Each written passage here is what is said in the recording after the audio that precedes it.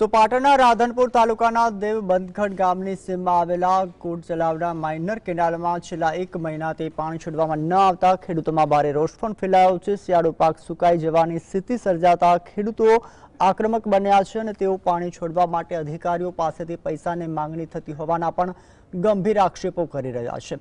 ખેતી અને પશુપાલન પર નિર્ભર આ વિસ્તારમાં તાત્કાલિક પાણી ન છોડાય તો ઘણા આંદોલનની પણ ચીમકી ખેડૂતો ઉચ્ચારી રહ્યા છે।